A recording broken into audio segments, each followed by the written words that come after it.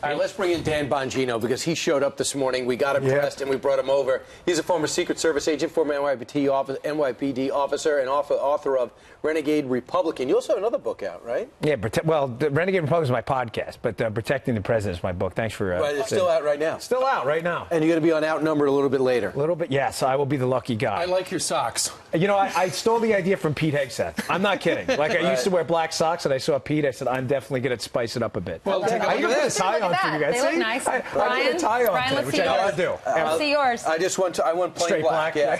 But here's the thing. If you start wearing gel, then I'm going to get worried because then you're being too much Hegseth. Oh, yeah, no, I keep my hair short for that reason. All right, let's talk to you about what's happening with the Russian collusion because, you know, the Democrats are saying against President Trump, Russia, Russia, Russia. Yeah. They're saying that meeting with Don Jr., that was treason with the Russian attorney. Right. But now we're hearing all of this about the Democrats and Hillary Clinton and Fusion GPS, and they're saying, oh, that's just standard. That's what both sides always do. Yeah, listen, I really try not to jump on the conspiracy theory train ever, even on my own show. Like, I get in trouble sometimes for not feeding into conspiracy theories.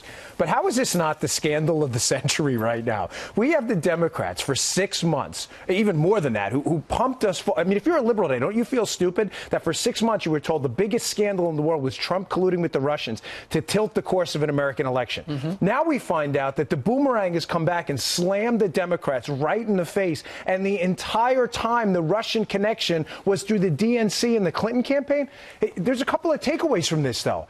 Think about this. I was a former federal investigator. This is not a joke now. You had bogus, spurious information, potentially fed from the Russians, into our FBI that was used in a presidential daily brief. The president was briefed on fake Russian information. Under the supervision of the National Intelligence Director, James Clapper, while briefed by the FBI Director, James Comey. I think you should be aware of this. There might be some leverage used against you once you assume office. And I'll take this to the second point here, too. You're right.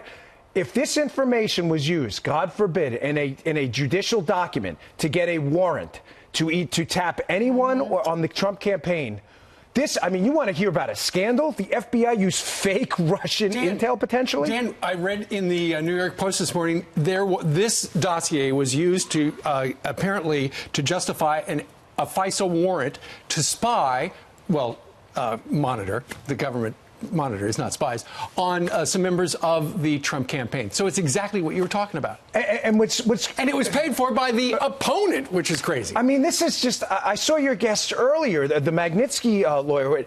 Bill Browder. Oh, my gosh. I mean, how is this information? If you're a liberal, how are you not horrified? I get it. Listen, I don't tell anybody who to vote for anymore. Do what you want. Vote Democrat, vote Republican, that's fine.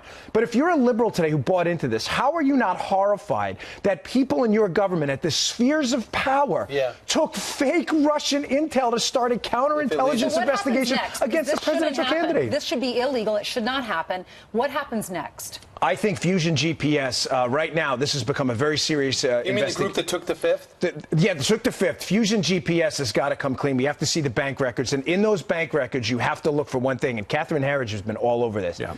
Did the Russians pay Fusion GPS, and what was the money for? Because this, folks, I'm telling you, we all have lost trust in our entire IC intelligence community. Can you imagine we agree that the DNC did write $3.6 million, and the Hillary Clinton campaign over $5 million, just short of $6 million. So you're trying to see if the Russians were also paying. If the Russians were paying the conduit, the vehicle for this whole thing, Fusion GPS, while the DNC and Hillary were, and what were they taking that money for?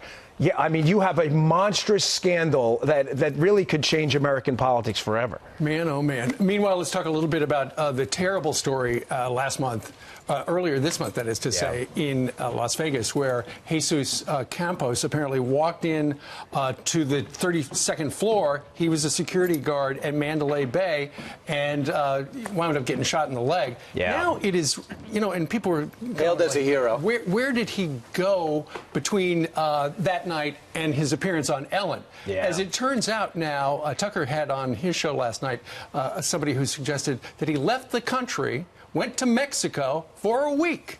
Yeah. And we didn't even know about it. Yeah, that's really strange. Listen, I get it. He was a victim in this. I totally understand. But this is the largest potential crime. This is a crime of the century. I mean, in American history, we had a huge mass murder, a horrific attack. The American people understandably want answers, and this investigation has not been very forthcoming. The most innocent explanation I can imagine in this at this point, because it is very strange, is it may have been a pre-planned trip, but he was a witness to one of the largest murders in American history. By the way, with a wounded leg. He was shot with a .556 or .223 round. Why would this be alarming, though? Why would that be strange? You went to Mexico. Well, because you're the witness of the biggest crime in American history while investigators are potentially going to need access to you, and you leave the country. It's just off while you're injured, by the way. Why would we let him leave the country? Why would as it appears right now, he appears to be the hero on this. At the very least, he could reconstruct the timeline. Well, my innocent explanation, because I want to defer to them on this and believe that this is the right thing here, is that Mandalay understood that he was overwhelmed with the attention, understandably. I mean, he was involved. He was a victim of this as well, and that they needed to give him some time to get his thoughts together before he said something on an interview that could potentially cause legal liability. He did come so back, go to Ellen? He did come back. And you're worried you go to Ellen? Well, come on, that's ridiculous. But that's the only... She didn't even ask what the timeline was. But think about it, Brian. That's the only one they could control because of business relationships there. There were other interviews they couldn't control, and I'm afraid they thought he was going to say something that would put some legal liability on Mandalay. I take a stand. Ellen cannot be controlled. She dances pretty well. She's a very good dancer. Do you dance? And not as well as you would think. You ever seen Brian dance on the set? I never have, no. Right. I'm a happy non-dancer. I've seen him dance once. Right. It was the YMCA. Right. It's not really a long dance. story. Dan, thank you very much. Yes, sir.